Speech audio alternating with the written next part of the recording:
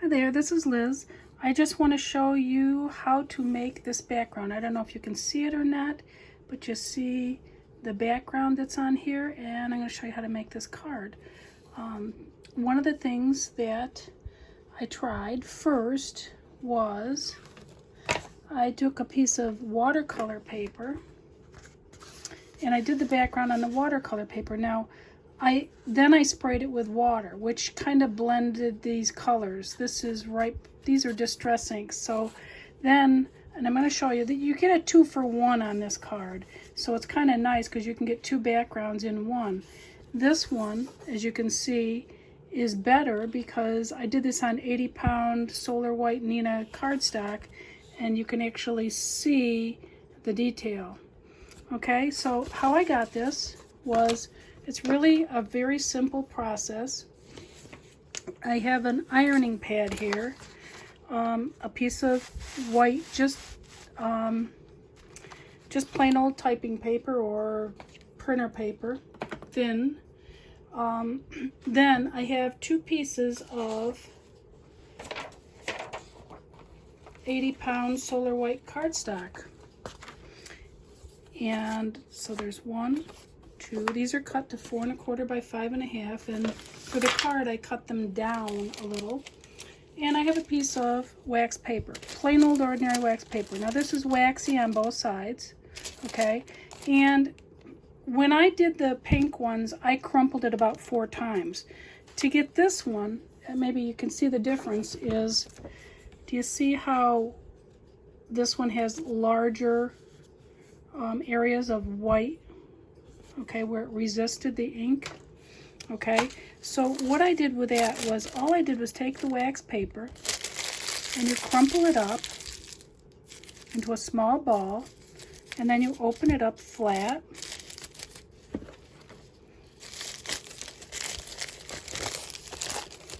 and if it's not crumpled enough, you can crumple it some more if you want. I kind of liked it a little bit open. Now, this is just a piece of it. The reason I'm putting paper down underneath is I don't want to get the wax on my ironing pad. I'm going to take another piece of Neenah Solar White 80-pound and I'm going to place it on top. Now, I don't want to get this wax all over my iron, so I have another piece of typing paper. My iron is hot and it's set to cotton setting on dry. No steam here. And basically you're just going to go over top of this, and you can see it melting the wax already. Maybe you can't, but I can. And what you get, because that was sandwiched between these two, is there's wax here on this side. Your wax paper will kind of look almost like parchment paper now because all the wax is gone off of it. Okay, so this side and this side are both waxed. So, continuing, what I'm going to do is I'm actually going to take those. Let's get rid of the hot iron and the pad here. So now that these, I'm going to put this down this way, and I'm going to use some Distress ink. And now I'm going to use a combination of Stormy Sky. At the top, I'm going to mix in the new color, Speckled Egg, and I'm going to blend that in. Then I'm going to come in with Shabby Shutters, which is a green, light green. And then near the bottom, I'm going to put Peeled Paint. Okay. I have different blending tools. Now, I like these blending tools for this reason.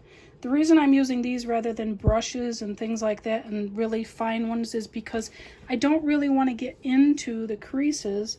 I want the ink, I do want the resist to work. So I'm going to start with Stormy Sky. Now, I have the Teflon-y, really shiny pad on this is Ranger's, and I like this blender to blend. And I always start off of the page and come into the page with blending. Now I'm going to trim those edges off. If you see those get really dark, because I made this at 4 1/4 by 5 1/2, but I'm really going to trim it down to 4 inches by 5 1/4 because I want a white boundary around the card. Okay, I'm going to speed this up a little bit because you don't need to see me blend this whole thing, but it'll all be blended out nice and smooth when it's all done.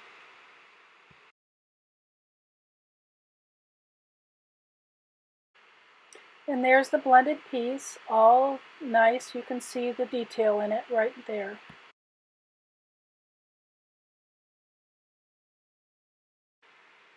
I'm going to be using Altenews Peony Bouquet stamp set. I really like this stamp set because the images are so easy to line up. I'm going to use the leaf, one of the leaves, the smaller leaf, and the 2 flowers. I also have the matching die set. When you buy stamps, it's a good idea to just buy the matching die stamps right away, or the dies right away, because I've done it the other way and it doesn't work. I always end up buying them again. So I have the outline stamp set up in my small MISTI. The leaf I'm going to have to stamp again.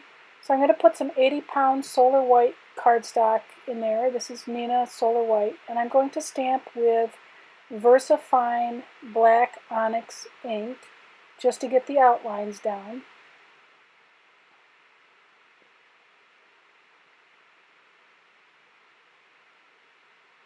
And once they're stamped, again, I forgot to stamp that leaf again, but I go back and stamp it later again. Now what I have here is I have the large MISTI, and I have the 3 images for the 2 blooms already set up in there. I've already lined them up, and it's a great way to do this if you're doing multiple cards or you want to do a bunch of different colors, things like that. So I'm going to put the outline images lined up, and I'm going to use the largest image. I'm going to put, the other leaf is going to go right there eventually. That's why I was pointing there. I have the larger full images that I'm going to stamp first. And I'm going to stamp those with Sea Glass ink. This is Altenews Crisp Dye ink. Works really well. This is the lightest color, which usually I use for the large images like this.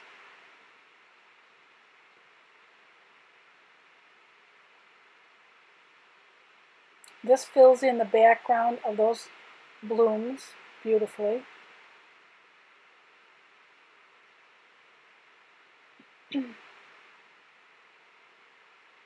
Now the second layer is going to be a little bit darker.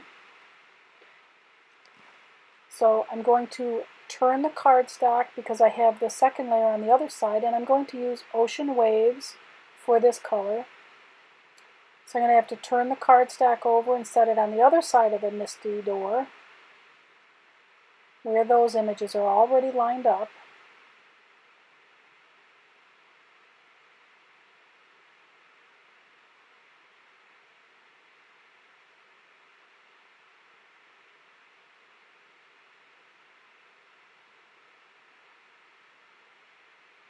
And finally, I'm going to just slide it back to the front side again because I have the other images lined up over here for the third images. I'm laying a piece of paper over top of where those large images were stamped because I don't want to stamp those down where my leaves were.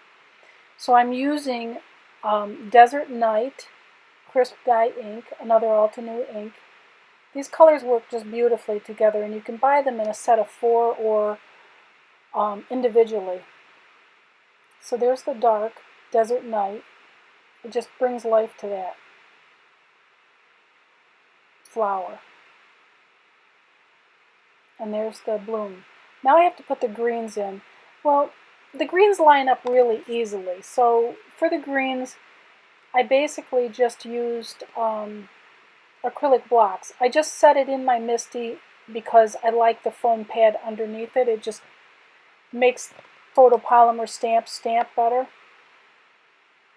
I did have, this is the full image, well, if I could get it on the block, right?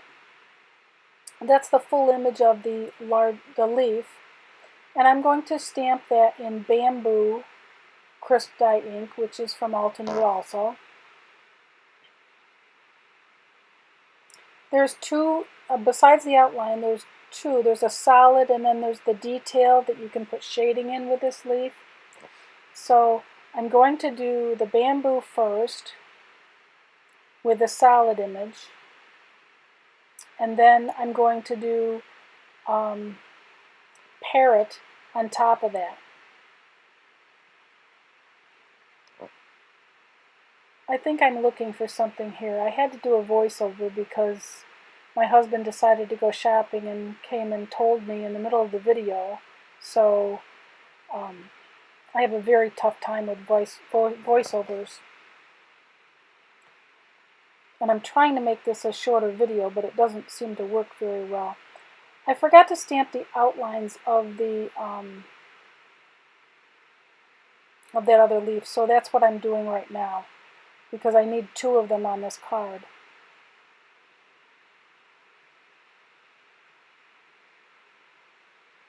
I also had to do the outlines of the, now there's the green, this is the bamboo and the solid, and they do line up beautifully. I mean, even with an acrylic block, I can see right through it.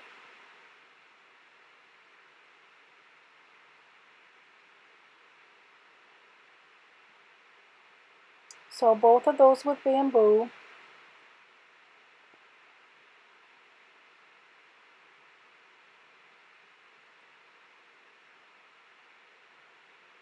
And the second layer, again, I did with parrot ink, which is just a slightly darker than the bamboo.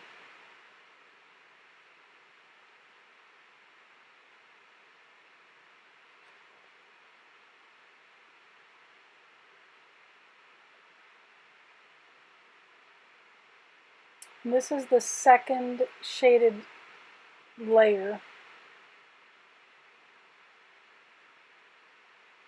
And it's hard probably because my camera's a little far away to actually see the detail. Well, maybe you can see it a little bit better. It looks okay. It actually turned out really nice.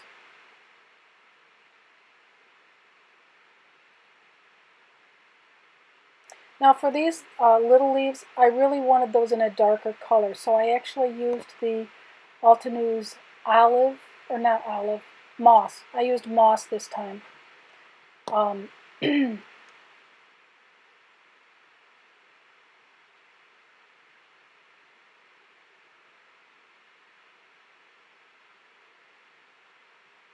And I also used the moss on the little leaves that are in the berry sprig. There's a little tiny stamp. And for the berries, I used the Desert Night to fill in the outline there.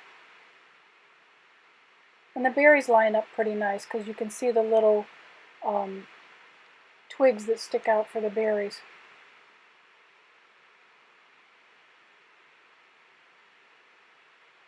And I used parrot to stamp in the stem and the little leaves on the smaller bloom. So after I got that done, I decided to, and I want to show you this tape. It's called Clean Edge, and it's a painter's tape, but it's the best tape because it's not as sticky as the other painter's tape, like the purple and the blue. You can put this as long as your stamps are dry and your ink is really dry, which mine is in this case. You can put this right over top of the image on the die, and it does not pull up or tear your paper. And I love that because I have torn more paper because I am not a patient person when it comes to this. So I'm going to put all the dies on, and of course that leaf I have to send it through twice, and there's all the die cuts in the background. So now we're going to figure out how to put all these on. I have a piece of foam that I cut out with a matching die for the largest flower because I'm going to pop that up. You want to make sure that this is the right way, right side up, so that your flower matches up with that. Because if it's upside down, of course, it won't match. which mine is white. You can check it, make sure that it fits. I'm going to use the Tombow Mono Adhesive Glue because I like wet glues for these kinds of things because I can adjust them. So once I set it on here, I usually pick them up and line them up sideways, make sure everything's lined up. And then I'll just set an acrylic block on that and let it dry for a little bit while I decide how the other ones have to go on the card. Now you can see the original card over to the left. And I'm going to show you how to get these images. Now I'm going to glue those right down flat on the card because they're in the background. So I'm going to plan out where I want them. I'm going to do them similar to this other card, or actually probably just like it. So once I get them kind of in place where I think I want them,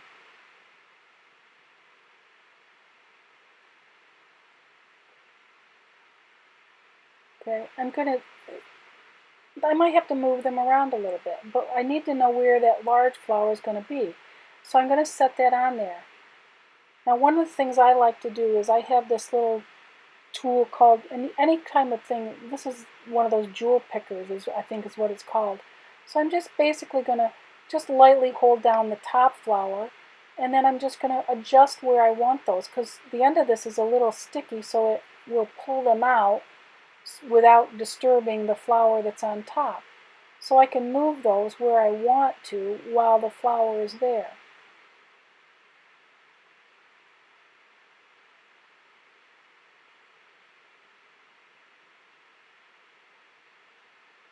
Once I have them all adjusted exactly where I want them, I'll just carefully remove the flower, the large bloom that's popped up without disturbing them. And now I have this product from Sizzix. This is actually a half sheet of Sizzix grid, sticky grid, they call it, sticky grid. And I love it because it peels off on both sides, but I just peeled one side. And because it's grid, it's great for lining up your dies if you have letters you want to line up straight. That's what the package looks like. I use this a lot for these because I'm always lining up letters or something. And now what I'm going to do is, because it has the grid, I cut this one in half. It's not sticky on one side, but it is kind of sticky like a Post-it note. So I want to pick up those pieces. So I got this bottom corner. I'm going to line this up exactly with the bottom edge of my card, right there. And I'm putting it sticky side down. It's kind of like a Post-it note, only and just press it down a little bit, and then I'm going to flip the whole thing over. And then I can very carefully, I can hold that down while I peel up the card backing. And you can just peel it off. And all the little pieces are right exactly where I want them on my card. Now remember, this bottom left-hand corner that I was pointing to, that's where I'm going to put the card. I'm going to line it back up right there. So now all I have to do is put a little bit of glue where I want them. I just want to be careful. I know I have those one leaves on the right-hand side there that are going to be sticking off the edge of the card, so I don't want any glue out on the very tips of those. So I just put some glue down, and then I'm going to take the card base and I'll flip it over, and I'm going to line up that bottom corner, the green corner, right in with the corner that's there.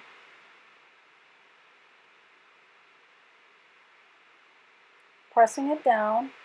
So now the glue is between the pieces and the card. Then I can flip it over. You can wait a little bit, or because I don't wait, I just kind of peel it back carefully, and if they come up, I just kind of like press them right back down, like that one right there just kind of started to come up. So I just hold my finger on it and peel the paper off. And there they are, exactly where I wanted them. So now all I have to do is glue down the large flower. So again, some liquid glue.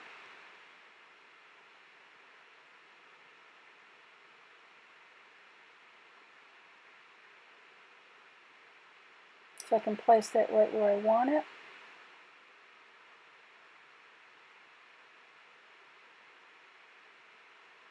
set an acrylic block on it, set it aside while I work on the sentiment.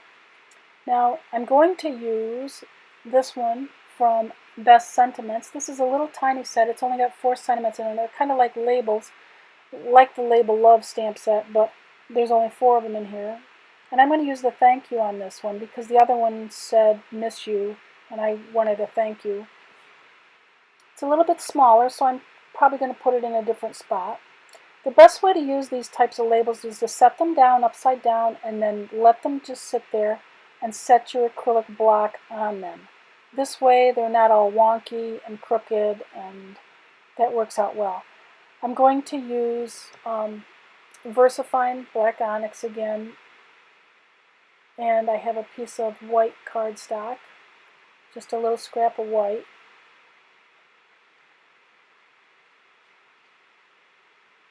I was glad they came out with these labels because I was always taking black cardstock and having to emboss my sentiments in white on black, and this is kind of neat because the letters turn out white and the background is black, and I just have scraps of white cardstock I can use.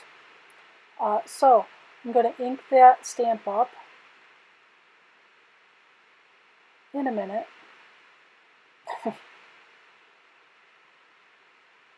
I never have everything at my disposal when I make these videos.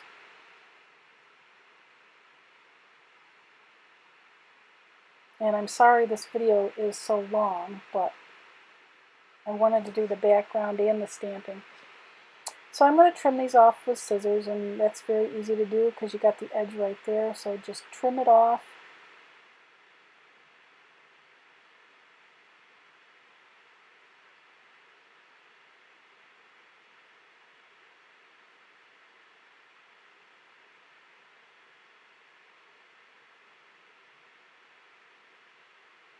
And there's probably going to be a little white edge on this because obviously the card base is, or the card stock that I stamped it on is white. So what I usually do is I take my stamp pad and I want those edges to be black because I want it to look like I stamped it on black cardstock. So I'm going to just take the stamp pad, and you can either rub it along the edge or just tap it on the ends, just like that, or just slide it across, and then all of your edges will be black, and you won't see any white sticking out. There you go. Now I'm going to have to, I decided I think I want to pop that up, so I'm running across the room to get some, of course, tape. Just some foam tape.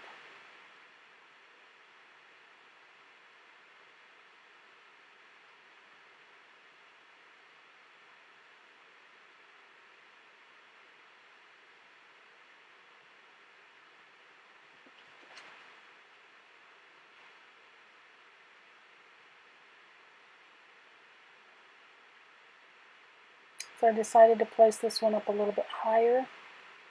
I already trimmed the card down to 4 by 5 1/4 because I'm going to put this on a white card base. The leaves on the left hand side that are kind of sticking off the edge, I don't let them stick off more than like 1/8 of an inch usually because then they'll stick. So I have some honeybee stamps, confetti mix, and I'm going to place these around, and I already have some out. There's clear discs in here, and there's little clear dimensional ones, and I'm going to use multimedia mat to put them on. I'm going to put an odd number on, so I'm going to start up here. I'm going to put the larger discs on, again using my jewel picker, to put them on in a triangular kind of, I like them coming from the top left down to the bottom right. So I'm picking up the larger of the discs, which you can't see until I pick this card up. And I'm going to put one close to that flower. I'm going to put some little tiny ones around. And I think I put 7 total because I like odd numbers.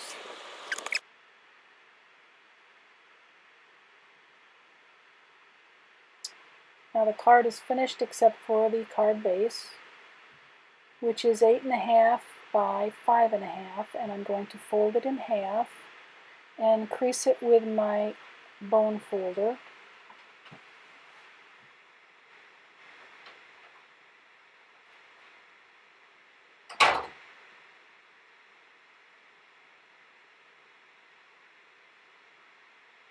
Now because that card probably still has some wet glue on it, I'm not going to flip it over and lose my thing, so I'm going to use some Be Creative tape, and I'm going to actually put the tape on the front of the card base a little bit in because I know that there's going to be a little bit of white showing. I like to use this on my card base for one reason. It's because if you put wet glue on here, and I don't know if people actually look at their cards, but on the inside, wet glue makes it bubble up on the inside, especially if your card base is not a really heavy card base. And I particularly like the inside of my cards to be nice and flat. So I always put my cards together with Be Creative on the outside. So peel that release paper off and position the card on the front.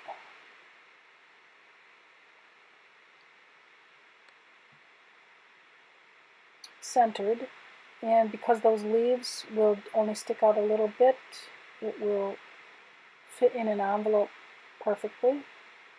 You can see those little clear gems. They're a little iridescent, but you can see them on that card, and that's the end. Thank you for watching.